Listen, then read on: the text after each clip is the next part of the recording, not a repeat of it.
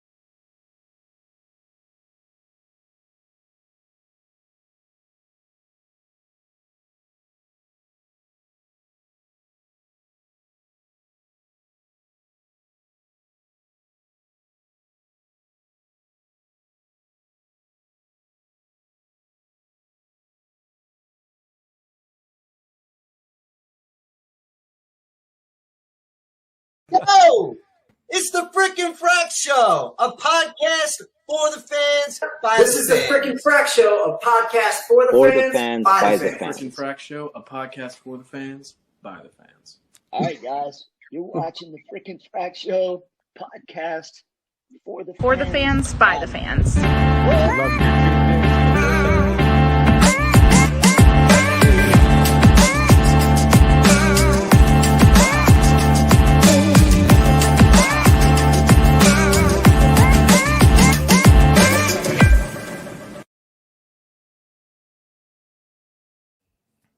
woohoo!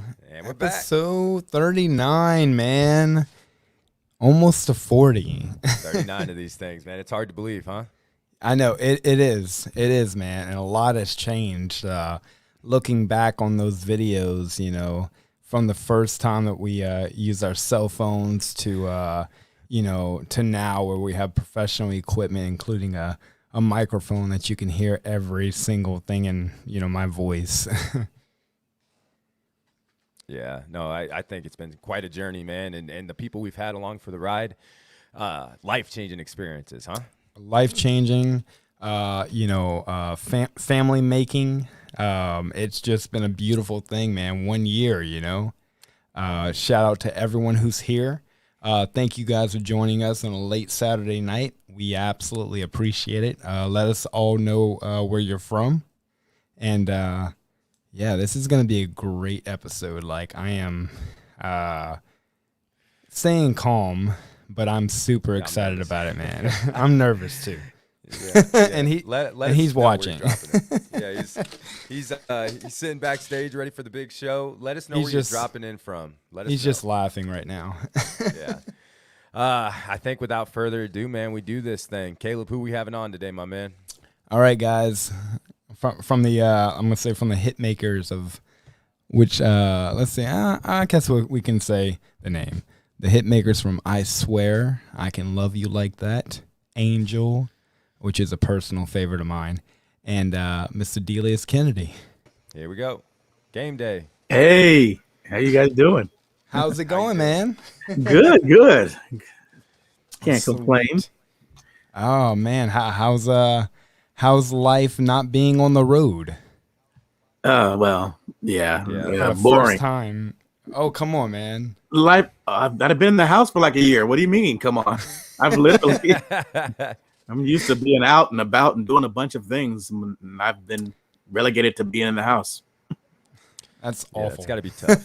Yeah, I mean, being on the road and making music and making music videos. I mean, for all these years, you're talking about what, 94, 95? Yeah, Is that when you guys started?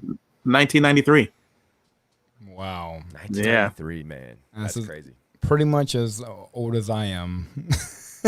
Wow. not to bring down the house, but I was born in 92, December 92. Wow. Yeah. Just a baby. What can I say, man? Just What a can I baby. say? What are you? 92. Why are you into the 90s music? That's like you shouldn't even remember that. What an insult, man. What an insult. We have Besides it never being had the a last decade of great music, but being We that you were have- like 2 years old. Yeah, man. we have never had a guest think come it's on the here best. to insult us with such thing.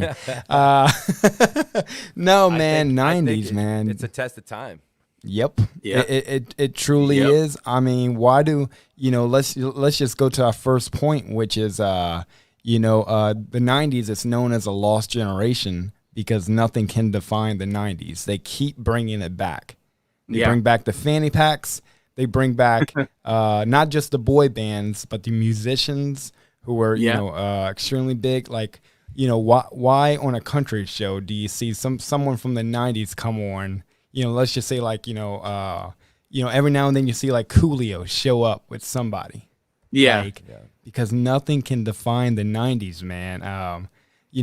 Believe it or not, I have a nice big Spotify list, but I'm going to say 95% of it is 90s music.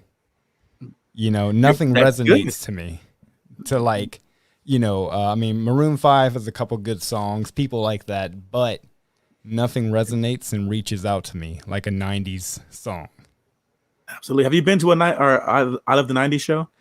We were just talking about it. Well, if you want to talk about that, this is probably a downer, but you guys canceled, I think it was the New Orleans show that I was going to see you guys with TLC. Yeah. I remember that. I don't remember the reason why, but I remember that being canceled. It was very upsetting, Mr. Delious. I'm sorry. Because that is a good time. Like when you talk Yes. about the people enjoying the 90s, people come Yes, sir. in their 90s gear. They got the 90s dances on. From start to finish, it's just like, It was them. It was you guys. I think Vanilla Ice. Yeah.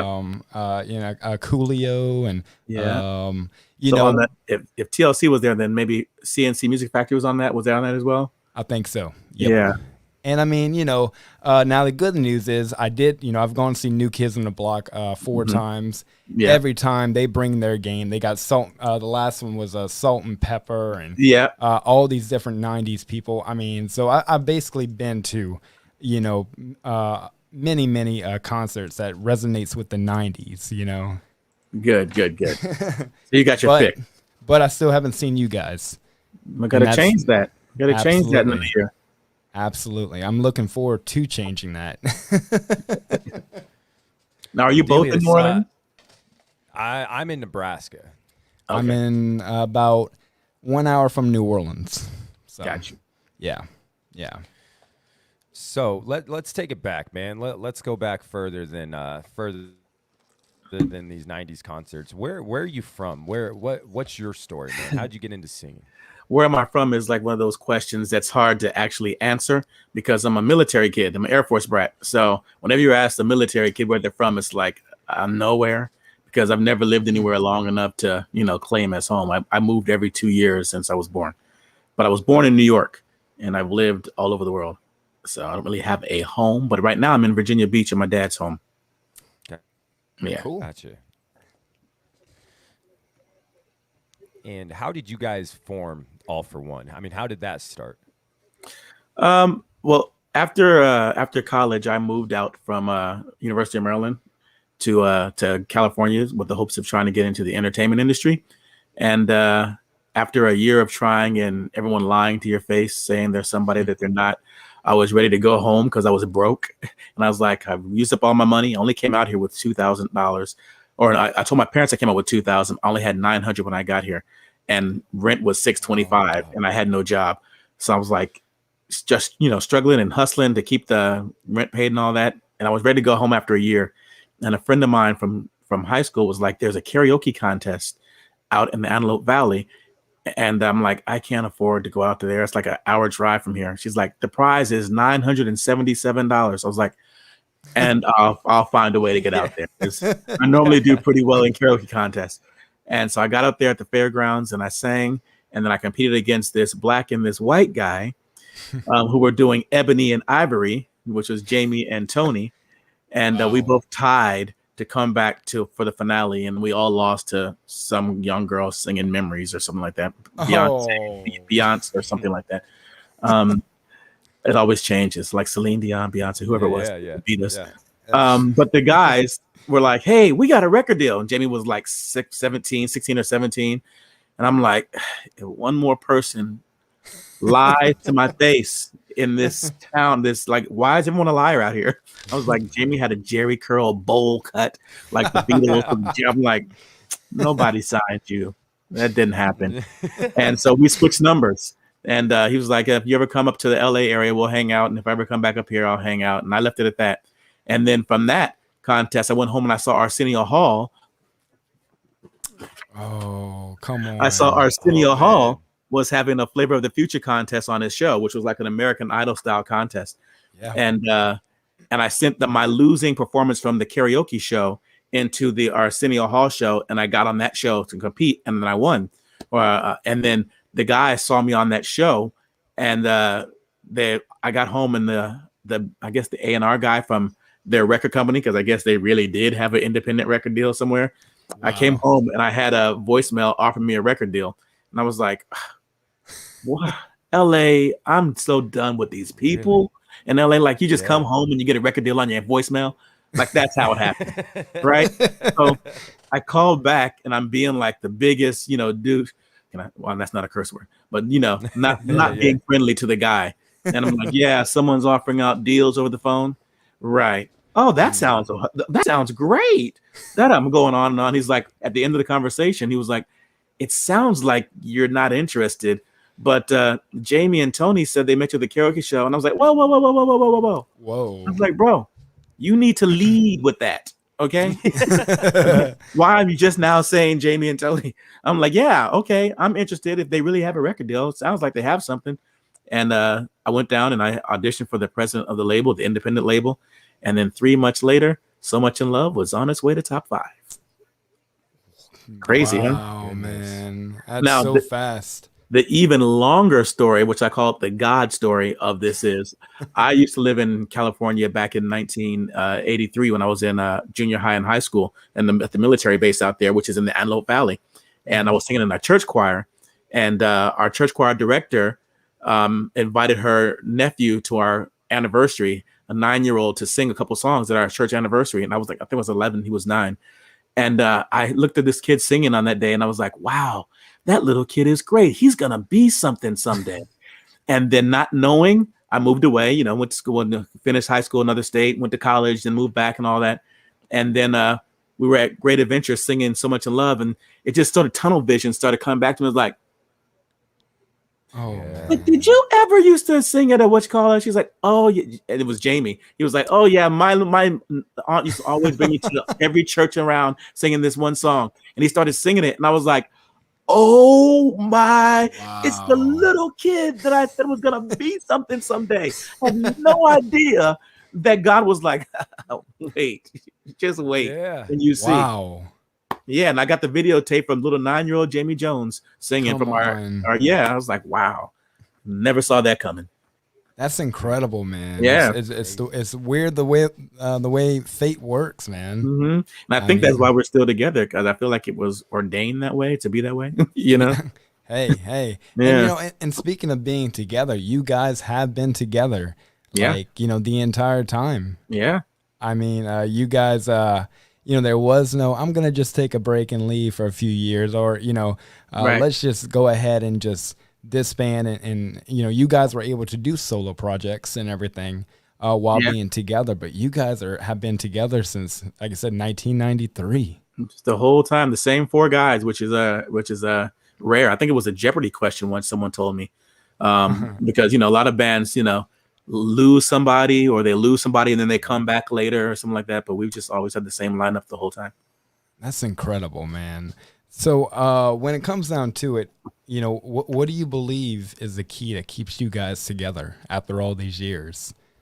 I think it's just that we were kind of like the same people. We're all military kids, so we all have that sort of like strict upbringing sort of thing, and we all believe in the same thing, and we're having fun. We've always said that we won't let anybody else tell us when we're done.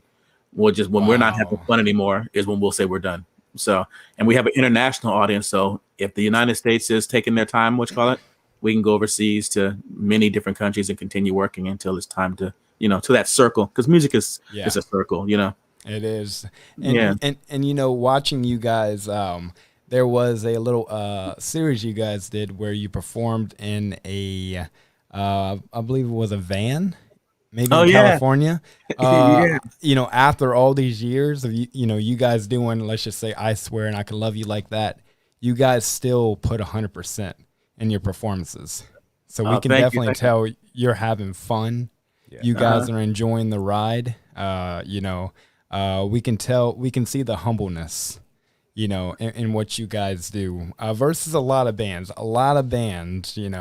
We won't call them out of respect, but it's, but like you guys always seem to be enjoying, performing, for fans, whether fans are there or not, but just, which by the way, that little series you guys did, those performances were really unique. That was tough, man. I mean, it's not tough to sing it, but I'm a very loud singer. Yes. And being like claustrophobic, I'm like, oh, I can't open up. I was like, but we did it. Somehow it came off. I was like, man, it's crazy. And the mixing sounded incredible for being with the acoustics, which I don't know if I'm sure it's just a van, which made the experience really unique. That's a whole big series sort of thing. So it's a van, but in the back, very tucked in the back, they have like a whole little soundboard and a computer and all that. Everybody's in there cramped, but it's kind of cool, an idea of this van that just drives around LA and you don't know who's in it, and they're just in there giving the performance of a lifetime. Wow. Yeah. It's super unique, very unique. That's something I've never heard of, Yeah. Hey, so when you were growing up, or before the band was formed, who's your inspiration? Who inspired you to become a singer? There are a lot of people that actually inspired me. I guess my voice is made up, I guess, of a couple of different people. I look at Peebo Bryson, Luther Vandross, Patti LaBelle. These are like my favorites. And then the one that always gets people, they're like, huh, is Olivia Newton-John. I know you're saying, like, I don't understand. Oh. Yeah, I know. I know what you're saying. Interesting. See, I grew up in Canada when I was younger. So some of my first records were, Olivia Newton-John records. And what I love about Olivia Newton-John, and I use in my my own vocal techniques every now and then, is it's not about a bunch of runs. It's not about this. It's all about pure tone and just singing the song, melody and tone. And she's got the purest melody of tone that I will always try to imitate. I always say when she sings, I feel like you can see the wave patterns in the air just going, So whenever I'm doing something slow, that's pretty hilarious, because that's what I say about you guys. No joke. Okay, cool. Whenever you guys sing in harmony, I feel like I'm actually on a wave, and I'm seeing what's in, because I do some production and producing with music, so I can see like the levels and everything, man. It's just, It's crazy to me, man. Thank you. I'll take that anytime. So yeah. Absolutely, man. So, which brings us to harmonies. When you guys first started out, obviously, you guys are all about harmony. But when you guys first started out, was it easy to harmonize with the other guys? Did you guys click instantly, like with music? Yeah, I think we did, which was really unique because we all have sort of like different backgrounds, which is another key to, I think, of our harmony sound. Me and Jamie coming from gospel choir sort of thing. Tony is barbershop quartet all day long. We always say that he's like the sound of ALL-4-One. You think it's the big voices and all that, but really it's that tenor soprano sound on the top that really gives it the sound. And then Alfred's got that real bass voice. It's not someone that's yeah, he's not the person that's like, oh, I can sing bass, and I don't normally sing down there. Like when he sings, it's like resonating real bass, It does. So, yeah, but we all kind of like just sort of clicked when we first started singing together. That's awesome, man. Yeah. Yeah, that's great. Do you have a favorite tour that you've been on? A favorite, somebody who opened for you or you opened for them? A favorite collaboration that brings you back when you think about it? A favorite tour. I mean, we only done our own tours. The funny thing is, up until the I Love the '90s tour came, we were never really a part of any other kind of tours except for our own. And we've had a lot of people that open for us that are great. Everyone from Escape to Brandy to Jeanne to all those people back in the day. I think one of the ones that surprised us the most, we did this show in Chattanooga, Tennessee for this river fair thing or whatever back in the 90s. And we had just finished doing the Jay Leno show as well, or the Tonight Show. And we got there and there were like 100,000 people out there on the river behind us, in front of us. And we're on tour, so we're going from show to show, and we don't really get there until it's time to go onto the stage. And we got onto the stage and we looked out there, and I wish I still had the videotape. You can see our eyes looking around like, and I remember looking over to Jane in between which column, like, are we the opening act? Who's here? Who else is here? I'm like, who are we opening for? Like, it was like, I couldn't believe the amount of people. I'm like, is this for us? I was like, man, it's crazy. It was unreal. It was unreal. I was like, who are we opening for? I definitely can't imagine being in, I mean, you go to weddings and there's a couple hundred people there, but being, on a stage with, 100,000 people around you, I don't get, stage fright, but I think I would have a moment of clarity and that this is real and I don't know if I can do this. No, to me it's the opposite. Big crowds, stadiums, arenas, hundreds, no problem at all. Put me in a room full of 10 people, okay, here we go. And I think that's partly because every singer has ego or a little thing in them that they're gonna get found out that they're not as good as people think they are, and when they're right in front of you, they hear everything. So every little misstep, and it's like, oh geez. So I get nervous for small crowds. Big crowds, no problem. Small crowds, I'm shaking. Wow. Yeah. I got a little fan question for you from Michael. He asks, Delious, how was the experience working on the recording of Someday from the Hunchback of Notre Dame? Someday is one of my favorite songs that we've ever recorded. It was great. We worked with Walter Afanasieff, who did all of Mariah Carey's early records. And we went off the road. We were touring and went into the studio in Chicago to start it and finished it in LA. And it was crazy because I went in to do my vocal, and I must have sung it like, I don't know how many times. So my throat was getting raw. And I was like, Walter, I got maybe one more. I don't know if I got much more to do this. What can I do? What am I not giving you? He's like, oh, we had it on like take 2. I just thought I'd just let you keep singing in case anything else would come. I was like, no, dude, I'm done. I'm done, man. You have it already. But yeah, I love the lyrics of that song. Sadly, they will almost always be relevant. A song that says, one day when we are wiser, who will learn to live and let live, and will stop judging each other based on Christian, Muslim, black, white, straight, gay. It's like we're all on this earth together. So let's just, let's just live it in harmony. So someday that'll hope and happen. I love singing that song. It's a hard song to sing, even in concert, but I love singing it. Oh, we were just about to ask you to sing an excerpt of Someday. Yeah. I would do it, but I won't. I'm not going to do it full out. This is no, it's fine. Just not full out. Yeah. Yeah, man. So this is really interesting, man. We want to ask you about the making of John Montgomery's songs for like I Swear and I Can Love You Like That. Tell us about that era of time with you guys, because that was very pivotal to, of course, All-4-One. Yeah. John Michael recorded I Swear first, and it was a big country hit that the label wanted to cross over to the pop charts, but he was very country, so it wasn't going to happen. And we had just finished recording our first album, and it was all done and packaged up and ready to go.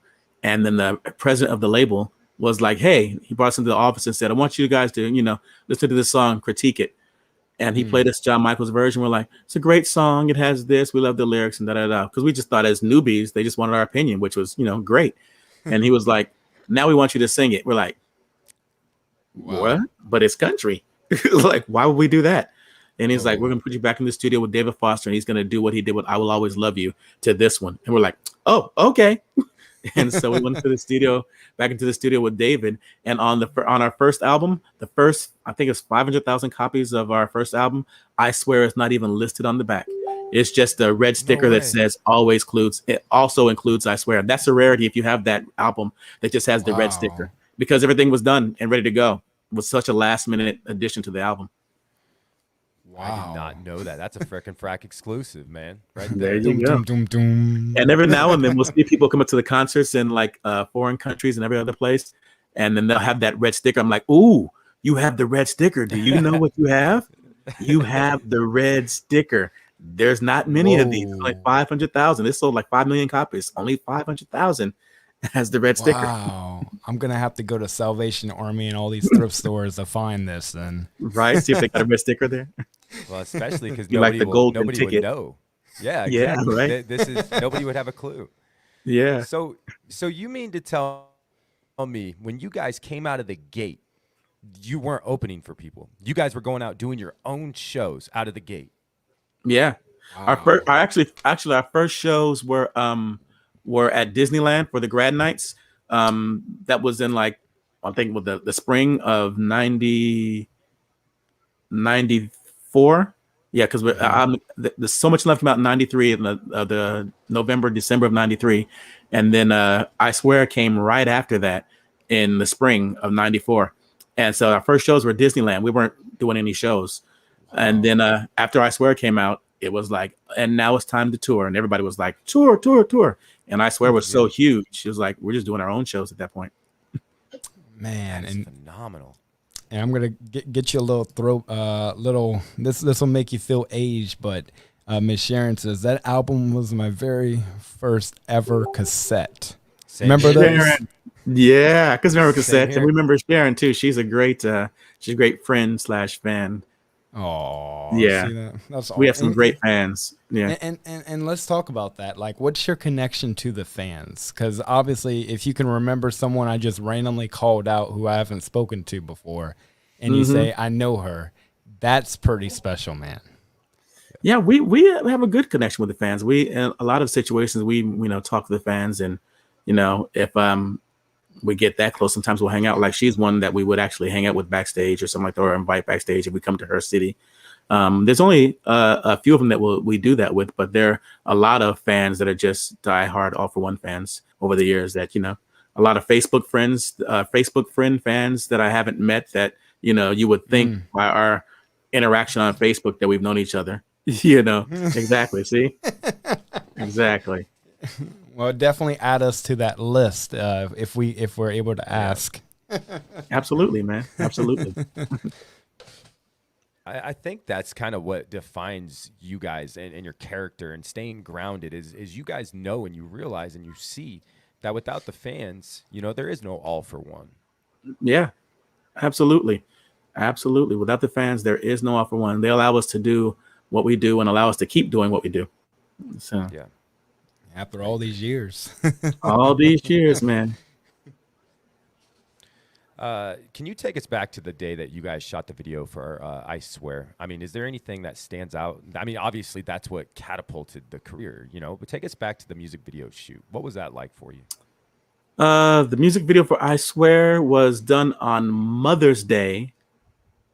I remember that because I was hanging out with one of my friends. He was on Saved by the Bell, the new class, and his mother was in town, and we brought them to the shoot, and they were on top of the skyscraper with us where we were shooting it, him and his mom. Shout out to Jonathan Angel from Saved by the Bell, new class. Oh, nice. Shout out. Yeah, and so we shot it on top of this huge skyscraper in downtown LA. A lot of people think it was New York. Wow. Yeah, but it was. A lot of us were scared of heights, and none of us really wanted to get close to the edge of the corner. But somehow we got there, and it was a weird video. We're all 4 guys were stalking one girl around the town, kicking a box, which is I don't understand. Yeah, I was like, why are we kicking the box, Mark? Mr. Nispel, who's our director. Just do it. Just do. That's pretty much. Yeah, that sounds like he was like 4 and 2. It sounded like him. I was just doing like the box was wet and it kept like imploding, like do it again, run back, run forward. I was like, what are we doing? And then the girl, still friends with the model that was in the video, Raquel. But yeah, it was pretty cool. Another fun part of that, if you look at the end of that video, the very last frame has us walking backwards, like they rewind the tape going backwards. I don't know if anyone's ever noticed that before. I was supposed to be walking forward, but somehow I just watched it 2 minutes before this. Did you see that? I did not. Nope. I just saw you guys walking. Yeah. Yeah. Check the last frame, and we're actually walking backwards. It's like weird. That's awesome. Frickin' Frack exclusive. Oh, yeah. So, let's ask this. What makes I Swear timeless? Because you guys, first of all, keep bringing it back. You guys have the opportunities to bring it back with, commercials and things like that. What makes I Swear the song that keeps appearing anywhere and everywhere, all these years, man? Well, I liken it to, I tell a lot of new artists when they ask for advice about getting in the industry, I'm like, it's great to do your of the moment songs, but you best quickly find some career songs. And career songs are songs that attach themselves to people's emotions. So where they hear it and they can remember what they were doing this time, or what they were eating, or a smell, or, something that really means something to them that attaches themselves to the emotions. And that's what I think I Swear does. I think we have a bunch of kids who are in junior high listening to the song like, when I get older, I'm getting married to, this is the song I'm going to get married to. And that's when they're in junior high. So, by the time they're like 25, 30, it's still on their minds. They're still coming to the concerts because these are career songs that have attached themselves to their memories and their emotions, So you would always want to find those. And I think we have actually a few of those that attach themselves to people's memories and emotions. Which, it's the craziest thing ever, because nowadays everybody wants that song that's going to be a hit. It's not about something that's going to be timeless. It's more like, all right, this will be relevant for a month, and then we'll move on to something else. So it's really cool to hear you say that and explain that process. And I'll be honest, as kids, we weren't necessarily, on that tip, because we're like, why can't we do No Diggity? I'm like, come on, why are we doing all these? We're like kids, and we're doing all these adult songs. Like, why are all of our songs adult songs? We're like 18, 19. I'm like, can we do the fun stuff? And our manager, the one credit to him that I'll give him was like, trust me, these are career songs, and you're going to thank me in 20 years. Wow. And so he's right on that. Yes, he is. And I do want to say we've had fans, they want to remain anonymous, but they have created some babies with your songs, and thank you very much. A few of them has tried to get child support from us. It didn't work. Oh my goodness, that's believable. Fans can be crazy, man. Right? Fans can be crazy. Isn't it crazy to think that you had just said these kids in middle school were like, I'm going to get married to that song. And a lot of them did, honestly. Yeah. I mean, that's got to be a #1 song that people get married to. It is. I mean, if we really wanted to retire, we could have just done weddings and be like, let's just perform at weddings. And, we can just be done with the whole thing. Who cares about touring? Let's just do weddings every year. But we always said we never wanted to be wedding singers. So we've rarely done a wedding besides a friend or a family. We get asked all the time to do a wedding. We're just not there yet. Well, hopefully one day you'll be at mine. You're asking already. There you go. I'm asking in advance before I ask my girlfriend to marry me. So we'll make arrangements before. There you go. Maybe that'll get her to say yes, right? Yeah. You have to say yes. If you say yes, ALL-4-One will be there. Look, babe, you got to say yes because ALL-4-One is going to be there. I already talked to him. Yeah. You guys came out in '93. You won your first Grammy in '95, and we've already talked about you didn't open for people. You went out and just went out with a bang. What was it like winning that Grammy, man? How did life change from there? The Grammy was actually a blur because leading up to the whole Grammy situation, getting the Grammy nomination was like, oh my God, a nomination for a Grammy on our first time out. That was amazing. The actual preparing for the Grammy, there was so much work with show after show, after talk show, after talk show, after event to, it's like, I am dead tired. So we actually won the Grammy. We were still in our hotel room because that one was actually presented ahead of the pre-telecast. And we were doing a thing for extra in the hotel as we were getting ready when they told us that we had just won a Grammy. But we performed on that Grammy that evening, so that made up for not being there to hear it, But yeah, it was just a whirlwind. I kind of didn't think about it until after it was over, when some family friends were like, "Do you realize what you've done?" sort of thing. And they started naming people who didn't have Grammys at that time, and that's when it really hit me. I was like, "Wow!" They're like, Madonna doesn't have a Grammy. I was like, "She has to have a Grammy." She's like, "She doesn't have a Grammy." She started naming all these big time artists. I was like, "You have a Grammy." And I was like, wow. Then it started to hit me a little bit. And then you have to say every time you introduce me, Grammy award winning. Yeah. You never take that away. It's like Oscar winning actor, Yes. and that's the crazy thing about it. Winning a Grammy, it's, one of our notable favorites, of course, is the Backstreet Boys. Mm-hmm. And, to this day, you would, it's somebody you would think, should have won a Grammy by now, and it's shocking to say, they haven't. I actually said that. Oh, you just reminded me of something too. I actually said that. I think was it to AJ? We were filming Dead 7 with a bunch of boy banders up in Wyoming. Oh yeah. And I was in the room with You're aware. It was me, Joey Fatone, AJ, and I think Tommy from No Authority. So we're in the hotel room, we're playing games on the thing. I don't know how we got into that. And they said something, and I said, "Oh, what did I say?" And I thought about it. I was like, "Oh, that was kind of a messed up thing to say." I was like, "Which one of us?" I don't know what we were talking about, but it was like, "Yeah, but guess who has a Grammy?" And it kind of got quiet. And I was like, "Oh man, oh, maybe I shouldn't have said that."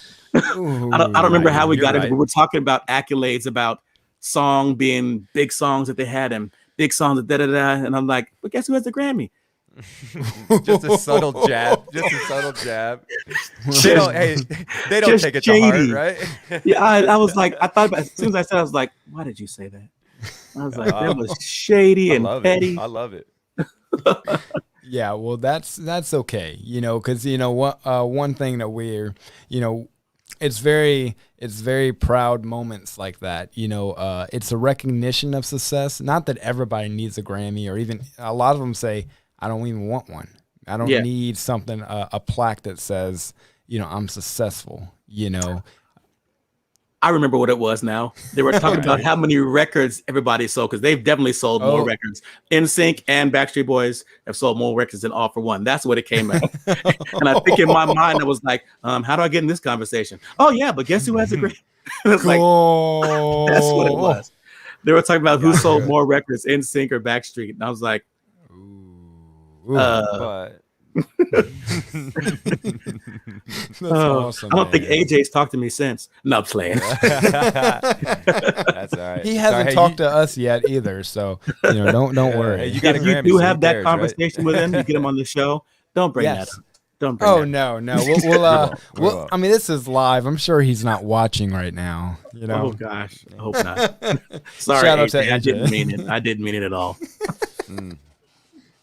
Hey, so let's talk about Dead 7, man. What was I mean, a blockbuster hit, right? Like, what was shooting that? What was it like shooting that movie? Biggest budgeted movie of all time. Yeah. Oh yeah, that was that was weird.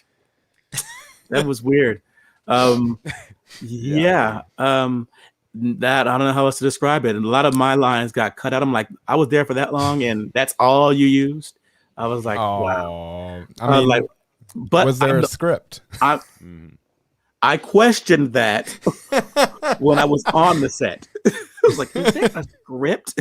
But I mean, it was a fun experience being there. Well, I mean, we had the mega the I don't know what you call it, boy bands. Everybody was there from Motown to Backstreet, NSYNC, All-4-One, No Authority, 98 Degrees. It was like all on one set doing something. But I'm the only one that didn't die in that movie. So no, actually, me and Tommy were the only ones that didn't die in that movie. So if there's ever a sequel, you kind of have to have us. I'm not sure that I'd come back for that, but if I were to. I don't know if there's gonna be a sequel, Delious. I don't know. I mean, I just don't know. I just don't think. I mean, I guess we can make a confession. I've watched it many times, but never finished it. I said many times. I mean, I'm gonna say like 3 or 4, but I've never finished it. Vicky had never, my girlfriend, I never heard of it. I said, yeah. I said it's got Backstreet Boys, got everybody in it, and she got to where AJ came, and he's in the prison cell, and she was like, all right, I think I'm done. It's getting scary. Right? Yes, Sharon was an extra in that movie. That's right, Sharon. And I just saw a thing from Mercedes as well. Mercedes is another friend. Oh, Mercedes is so kind to us. We had sent the link, and we had talked, and very, very, very kind to us. So shout out to Mercedes. Yeah, she's a diehard All-4-One fan, and I think she knows more about All-4-One than the 4 of us do. Oh. And she can find anything. She'll bring pictures. I'm like, what? Where did you unearth this? I think this belonged to my grandma. No.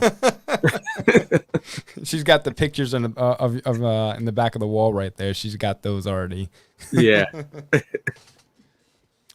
All right, so what do you do after all these years? How do you keep your vocal cords and your voice at peak performance? I mean, how can you still perform just like the first time every time? What do you do? Definitely have to do vocal warm-ups. I had a vocal coach back in the day that I still carry around his techniques. And then, before every show is vocal warm-ups. And if I haven't been singing for a while, like right now, I haven't sung since really a concert since last February. Wow. And so before I would do a concert now, I would literally have to start warming up about a week and a half before that, because it's like a muscle. The vocal cords are a muscle, and you can never go into the gym after, if you used to do bench 225 and you've been gone for a year, you're not going right back in at 225. You got to build back up to 225, And so it's the same thing. If I want to hit those notes, I got to work it and build it back up to be strong enough to hit those notes. Yeah, because it's pretty crazy. Like I had said before, just with recent videos like the van, and there was also one where you guys were in like a kind of on a stage like House of Blues kind of setting. It was professionally done. It was probably maybe 2 years ago or so, but your vocals along with the group of All-4-One, everybody's vocals always seem top notch. Thank you. And it's impressive, man. I mean, especially after all these years, you guys can just sit on a stool and just sing. in harmony. And it's just like, these guys sound exactly the same, and we had spoken before about, I swear how everybody looked like little babies. I mean, I was very impressed that you said y'all were 18 or 19. I thought y'all were like 13 right there, but Jamie definitely looked it.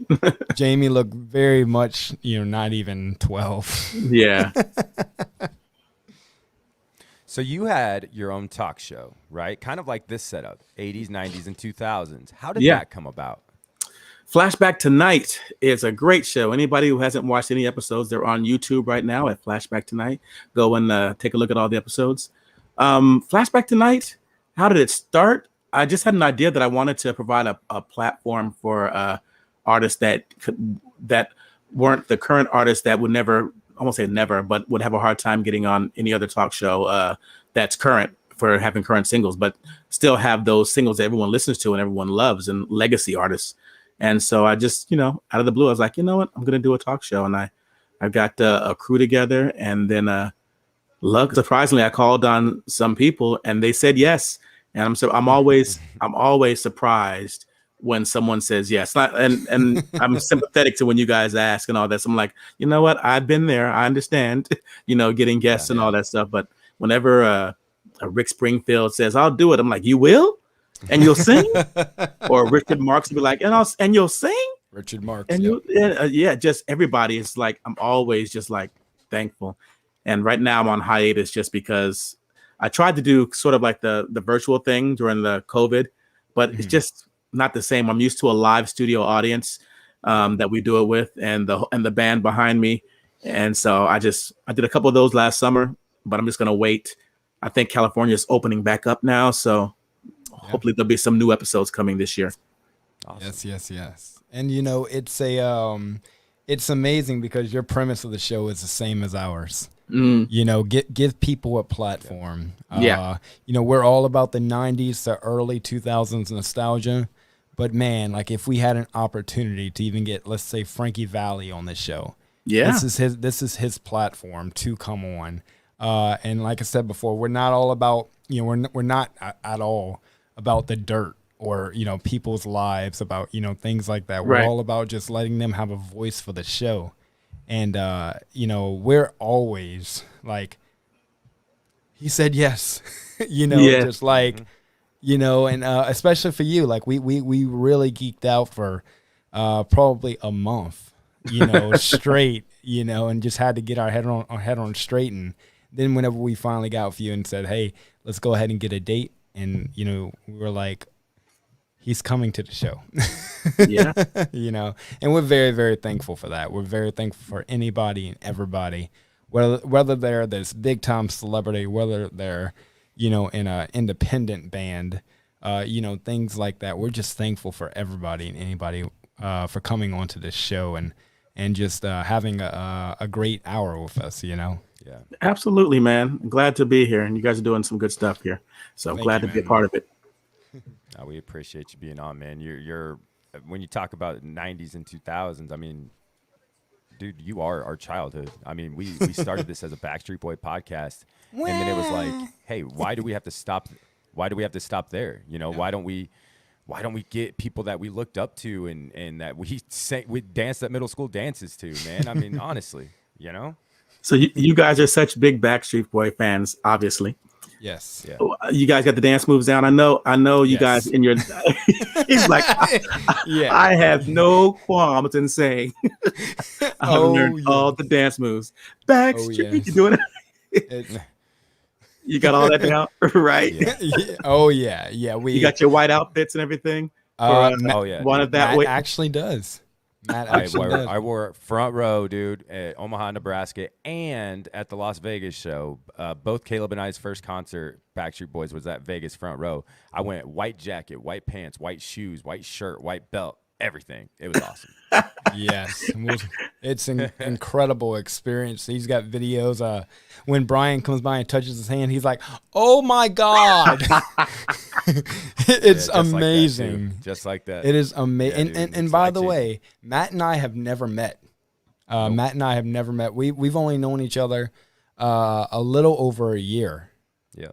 By the way. Never met. We've So how met. did I'm gonna turn it to my talk show now. So how did you meet? Go ahead, Matt.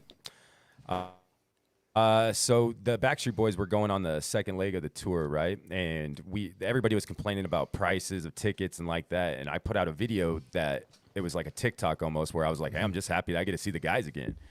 Caleb had messaged me and was like, hey, I'm excited that I'm not the only crazy fan that's a male, like it's good to have another one. And I'm like, hey, bro, do you want to do a podcast? And he's like, yup. And I'm like, you want to do it this weekend? He's like, yup.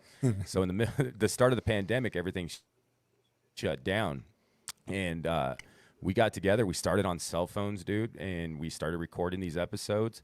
It went from like 100 people watching to, our biggest episode has 35,000 views. That's awesome, huge for man. us. Yeah. It just gave people something to look forward to because concerts got shut down. So every week we'd put one of these out. So people, it's a light at the end of the day. You know what I mean? That type of deal.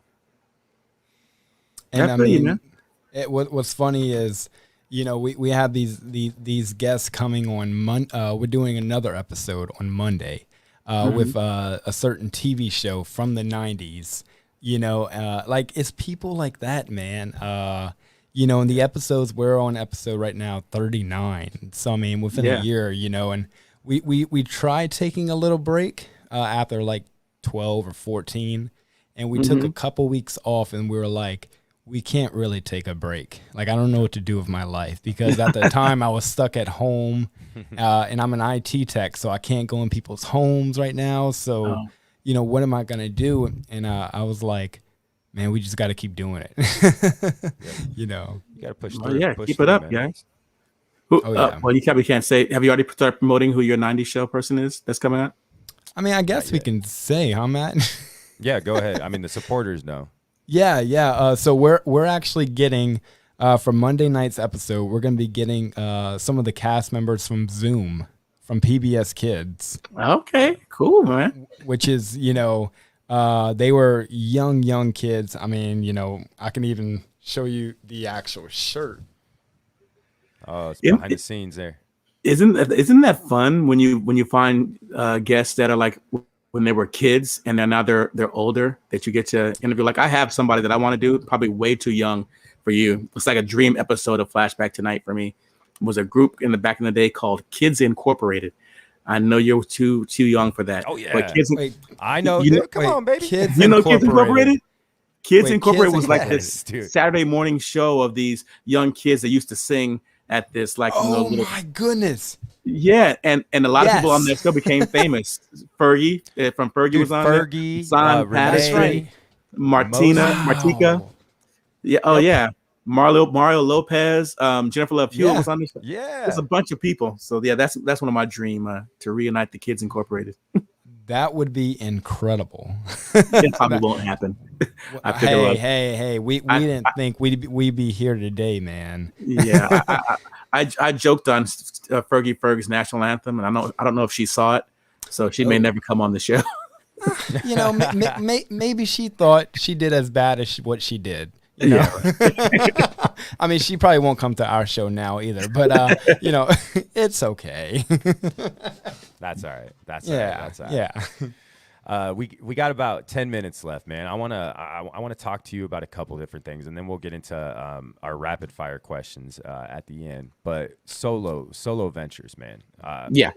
Was that tough to do? Okay, so we hear about solo ventures from other bands, right? And how it kind of causes a rift, but it sounds like you guys were just fine. I don't know. What was your first solo venture like? Were you nervous? We're fine and very supportive of everybody.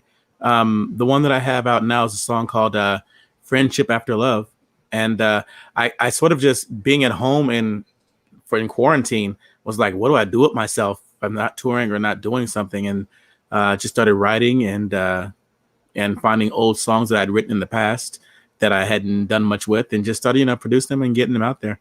And so, yeah, there's no qualms with the group. It doesn't break up the group or anything like that. If anything, it'll add to the value of the group. Oh yeah, that's true. Yeah, it makes you stronger because it gives you kind of a not self. It makes you know, hey, we can do this on our own and come back and be stronger than ever. Let's bring our solo fans together and bring it into the group. Absolutely. Yeah. I love it. So we have a thing here. When it comes down to it, everyone has favorite songs, and you had told us our influences. But what's the song you're going to right now to listen to that's kind of like resonating to you and everything? Oh my gosh, I'm listening to a lot of music. It's usually a lot of older school music. One that I really loved that I was listening to the other day was Desiree. Do you remember Desiree from the 90s? Listen as your day unfolds, challenge what the future holds. Love that song. You gotta be, you know, yeah. We knew. We just wanted you to hear, you to sing it, man. Oh, yeah, Beautiful, I love that song. beautiful, man. Wow, that's awesome, man. That's great. What's a dream collab look like for you? Who's a dream collaboration for you and the guys? Living. You could say Michael Jackson. I mean, it doesn't have to be. Because that would be my dream collab, Michael Jackson. I already Anything. knew. Absolutely, man. Living, probably maybe right now, Bruno Mars would be a dream collaboration. He came to a concert last summer. Was it last summer? Wow. No. 2 years ago. Yeah. Come on. Crazy. 2 years ago. And speaking of which, how surreal is it for you guys to have these people who you look up to come to your concerts and watch you? Yeah, it's always crazy. I actually get a little bit nervous when someone like that, like someone you respect with a voice like that. It's like, oh man. But yeah, you just focus on different things. That's what I do. I just try to focus on different things and not about who's in the audience. and not look at him and like yeah, and I'd rather not know until after the show. Like management knows, don't come back and like, you're never gonna guess who's in the audience right now. Like, no, don't you tell me. Do not tell me. All right, who is it? Nope, don't want to hear it. Nope. Don't worry. We'll make sure the management doesn't tell you that we're there. Oh, so you don't get too nervous. Honestly, somebody I would love to see you guys do something with would be Lionel Richie. Oh yeah, I think you guys would blend. I grew up singing a lot of Lionel Richie songs. I used to do a lot of competitions with Lionel Richie songs. Truly was my one of my go-to songs. And Say You, Say Me. Oh yeah. We got to see him live like 2 or 3 years ago. Him and Mariah Carey, and what a show! Oh, especially I went to that show. Oh, come on, man! I saw you. No. At the Hollywood Bowl. Yeah, I love how he was like at the beginning of the show. He was like, "Now listen, a lot of you. What did he say? A lot of you are gonna be." He's like, "Now listen." Go ahead. You know what he said? Oh no, I was saying what he like the. He said the only thing you're going to be hearing tonight, pretty much, some of the joke was other people in the audience singing the song. You're not going to hear me tonight. All you're going to hear is people around you singing. Oh and yeah, sure enough, every song. Did he tell the story about? I think it was like something to do with Texas, or he had told like the same. It was so you could tell it was scripted. He just changed the city, but. He had told some great things in that concert, man. Oh yeah, dancing on the ceiling, love it. Was an incredible performance, man. Love it. So, what are you guys planning to do after the pandemic's over, man? What's the game plan for All-4-One? To get back on the road, we had a full year of touring when everything got canceled. So hopefully, we'll be able to get a lot of those dates back. They're starting to come in now, starting in June, I think the first one is. So hopefully they won't get canceled again. Hopefully things will be open by June, and then make up all those missed dates and keep going. That's amazing, man. I'm glad you guys are sticking to it. That's awesome. Yeah, absolutely, man. We're definitely ready. I can tell you that we're definitely. I'm definitely ready to experience what I've been watching on YouTube. YouTube all these years, man. Yeah, man, I'm looking forward to hearing the roar of an audience again, just to be able to sing the songs. Yeah, it's so surreal. Yeah, man. Every time. Keep us in mind. Keep us in mind, man. Well, I've never been to an All-4-One show. Caleb's never been to an All-4-One show. Keep us in mind, man. If you're anywhere in between, here, there, wherever, we'll come see you guys. We came to Omaha. Oh, I Love the 90s came to Omaha. I remember because it was cold as I don't know what. Yes, sir. It was Yes, sir. freezing and the snow was on the Sir. ground. There was a university. There was a university arena or auditorium or something like that. I don't remember which one it was. But The Baxter Arena. Baxter. Yeah. Yes, I sir. Love the 90s came there. But I remember it just being freezing. I was like, whew. Yeah, it's a Never lived different kind here. of cold. A different kind of cold, bro. Yeah. We ask all of our guests to do this for us, man. We're at an hour. Can you take us out? Can you say, this is the frickin' Frack Show, a podcast for the fans, by the fans? Okay. So this is the freaking Frack Show podcast for the fans, by the for the fans, By the fans. by the fans. Yeah.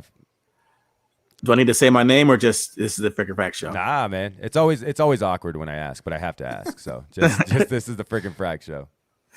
This is the freaking Frack Show for the fans, a podcast. This is the freaking Frack Show, a podcast for the fans, by the fans. perfect, man. And let's do a couple rapid fire to You got it. You Go got for it. it. I got time. All right, guys. So let's go ahead and do favorite 90s TV shows. Favorite 90s TV show, Will Smith, Fresh Prince of Bel-Air, Martin. Oh, yeah. Oh, it doesn't have to be like super fast. We just call it rapid fire. I'm You like, I'm look so trying to think nervous, fast. I'm man. like, You I'm look not so trying to think nervous. fast. What's your Okay. favorite 90s movie, man? What's your favorite 90s movie? I don't even know what movies were in the 90s. Or I 2000s? can't think of one. Favorite 90s movies? I I like don't know. Independence. Scream. One of the Screams. Scream. Good. Hello, Sydney. Yeah. Yeah, that's a good one. Outside of ALL-4-One, man, who's your favorite boy band? I'm actually friends with a few of them, so naming one and be like, oh, really? Thought you said we were the favorite. Yeah. Favorite boy band outside? I would probably have to go with NSYNC. I'm sorry, guys. No, it's a good Cool. one. Good. I good one, probably man. sing They're more of their talented. songs. Yeah. They are extremely talented. They really showed out when they did the Ariana Grande reunion at Coachella. Oh, yeah. That was, and without, let me just say it, without JT, they really showed how talented they are, as individuals, man. Still watch it. That reunion is going to be so huge whenever they decide to do it. Whenever. Yep. Yeah. They just, they need to get. I'm not gonna say they need to get Justin, because really they kind of that performance showed that they can do without Justin if needed. But having Justin would. Yeah, if you're gonna do a reunion, you need Justin though. You can't do a reunion without Justin. It's like, Yep. I mean, you can. It's like doing a reunion without Michael. You can do it, but Ooh, not the same, right? yeah. I don't even think it comes close, man. Honestly, I mean, Yeah. a reunion without Michael's. I mean, is it a reunion? Right. And they're Which, I doing mean, it, but it's just not the same. Yeah. They do it, and they do I'll Be There, and I'm like, okay, that was great, but Yeah, God bless them, because you got to keep yeah. working and everything. But yeah, Yeah. that Michael's just one of those outstanding voices. So I mean, there was a reason why he took charge. Mhm. There was a reason when his presence was on the stage, even with his brothers. Yeah. It was just it wasn't an addition. He made it. Yeah. Do you have a favorite Backstreet Boys song, bro? Yes. Oh, Ooh. it had to go between a couple of them though. I have a few of them actually. Yeah. I have a few of them. I love the show me the meaning of being lonely. And then what's the one of the newest ones? I want to say newest, maybe like 10 years ago. It's in the desert. It's like piano driven. Incomplete. Incomplete, yes. Yeah. I love that Incomplete as well. And then don't Larger Than Life. yeah, Larger Than Life. Yeah. Love that. Yeah. And those really honestly those You know, they're another band that's just timeless, man. It's insane. Can I give you an All-4-One Backstreet Boy story? Yes, Yep. you sure can. You really want to hear it, don't you? We sure do. We're begging for it. So All-4-One was on tour back in 94. And we were in Orlando, and our keyboardist, Jeff Mullen, used to play for this band that was trying to come out called the Backstreet Boys. Or I think that's what the original name, I'm not sure. Backstreet Boys. And so he invited them to our concert, to what you call it. And I think Kevin came, and a couple of the others. I don't think Nick was there or anything like that. And then they were like, yeah, we're trying to do something, and we're working in the studio right now, and but they hadn't really come out. And they had this song, was it Backstreet's Back? No, everybody. Oh yeah, we got it going on. We got it go. And I was like, oh, it's a cool song, but it wasn't really that sort of sound yet. I'm like, wonder how this will work. But I like the song personally. And then they went overseas and became this huge thing when they came back. Oh, and our keyboardist gave us the demo that he played for them on, which I still have. I still have the cassette tape. Of course, you think I got rid of that? And it's on the internet now. It's not like it's I looked to see. But having the demo, physical. Dude. The physical demo. But yeah, so we met them way before they were famous. And they came on the bus, and we just gave them advice and all that. And then they went overseas and blew up, and then came back to the States and blew up. And it's funny because whenever they came back from overseas, they were like, yeah, we're number one in Canada and everything. But over here, people are like, who are you? It took a little time, Yeah. Yeah. That's awesome, man. That's all right. Really neat. It's meant to be. It's meant to be. Look at them. Yep, it's true. What are we? 28 years now? 28 years later? 28 years. Something like that. Yeah. As of a week ago or whatever. Yeah. 28 years. It's a long time. But then again, All-4-One. Stay in My Life was the song. Yep. I just remembered. The song called Stay in My Life was their early demo before they were famous. Wow. That's incredible. And Little Nick sounded a little bit like Michael too, early Michael. Oh yeah, I've heard, dude. Yeah. It's on the internet though. I looked, so you can hear it. Wow. That's cool, man. What advice would you give somebody that's just starting in music? What would you tell them? Same advice I always tell them is to make sure you're doing it because you absolutely love to sing. If you're doing it for any other reason, this business will eat you up, spit you out, and leave you, questioning why you even did it. But if you do it because you love to sing and that you'll get on a stage and sing at any chance possible, then you'll be all right. But if you're doing it for fame, if you're doing it for money, this business will spit you out and eat you up. And you guys have always stayed grounded into this. Like, is that why you guys stayed grounded? Yeah. Oh yeah. Well, we're just grounded people anyway. And yeah, I just never. I mean, it was great to be in a big band and all that, but I never really believed it was real. It was too good to be true. Like I never spent any of my money at the beginning. I was like, oh no, this had so much in love. Top 5 was like too good to be true. First time out, I swear it became the hit that it became. I was like, what? Nope, not spending nothing. Nope, I've seen this behind the music thing. Love You Like That came out afterwards. It was like, wow, writing again.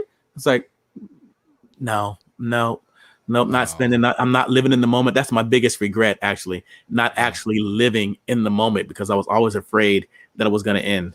I wish I would have just lived in the moment a little more back in the 90s, but no, I didn't.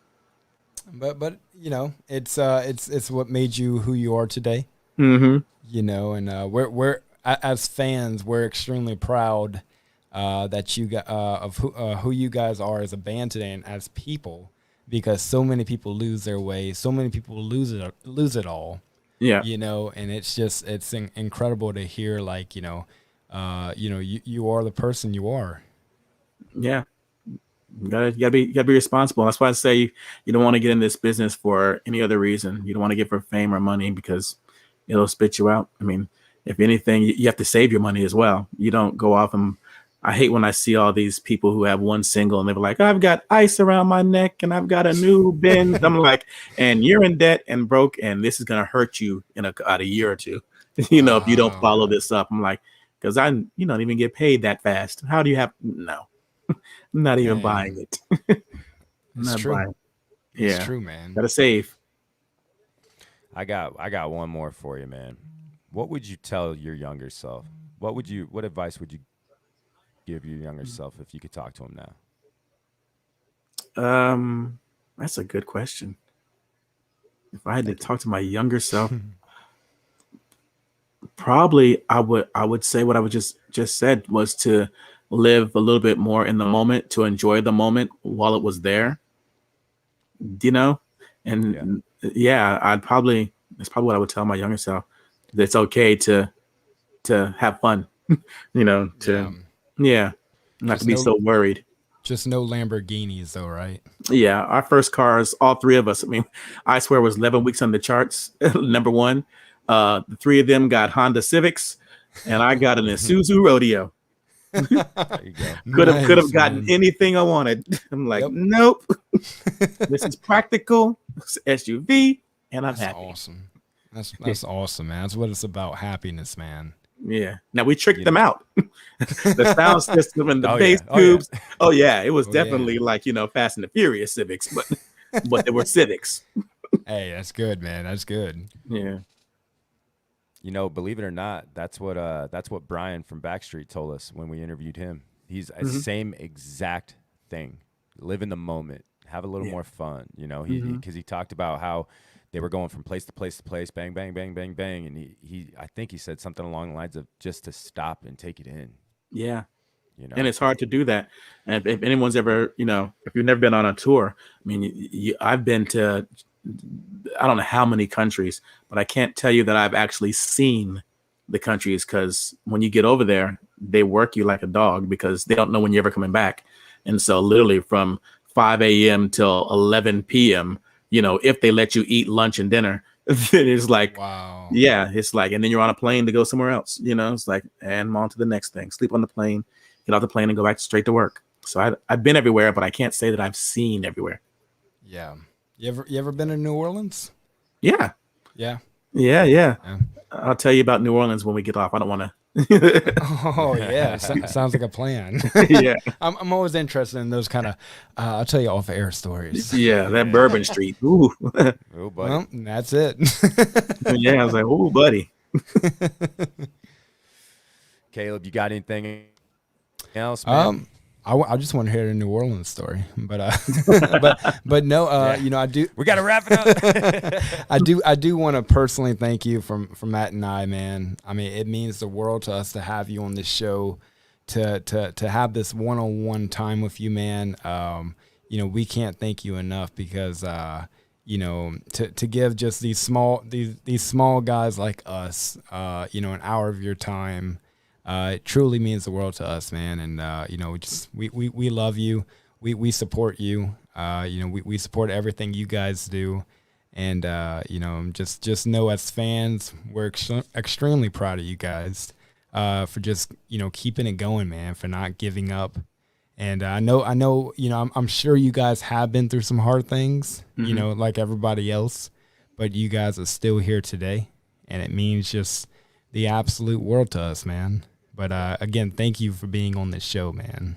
Absolutely, guys. It's my pleasure. Thank you guys for the questions. And thank you all the fans who are sending questions on the side as well.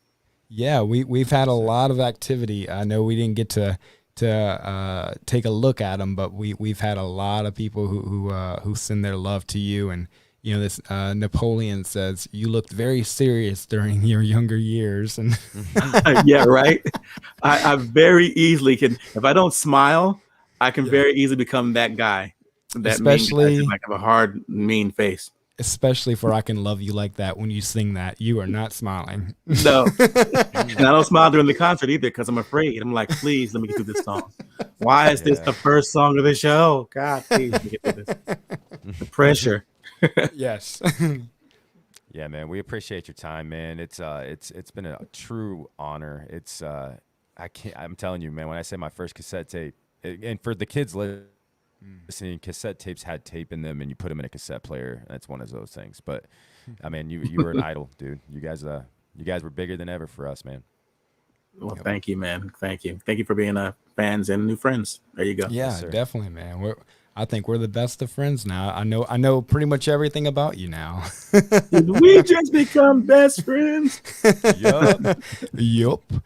Stay, if you don't mind, stay on for a minute, and because we do want to hear that New Orleans story. But we'll sign everybody off first, and then we'll get you back on.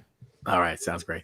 All right, go ahead, Matt. Everybody. This has been episode 39 of the Frickin' Frack Show, a podcast for the fans, by the fans. We love you guys. Yo, it's the Frickin' Frack Show, a podcast for the fans, by the fans. This is the Frickin' Frack Show, a podcast for the fans, by the fans. Frickin' Frack Show, a podcast for the fans, by the fans. All right, guys, you're watching the Frickin' Frack Show podcast for the For the fans, by the fans. Love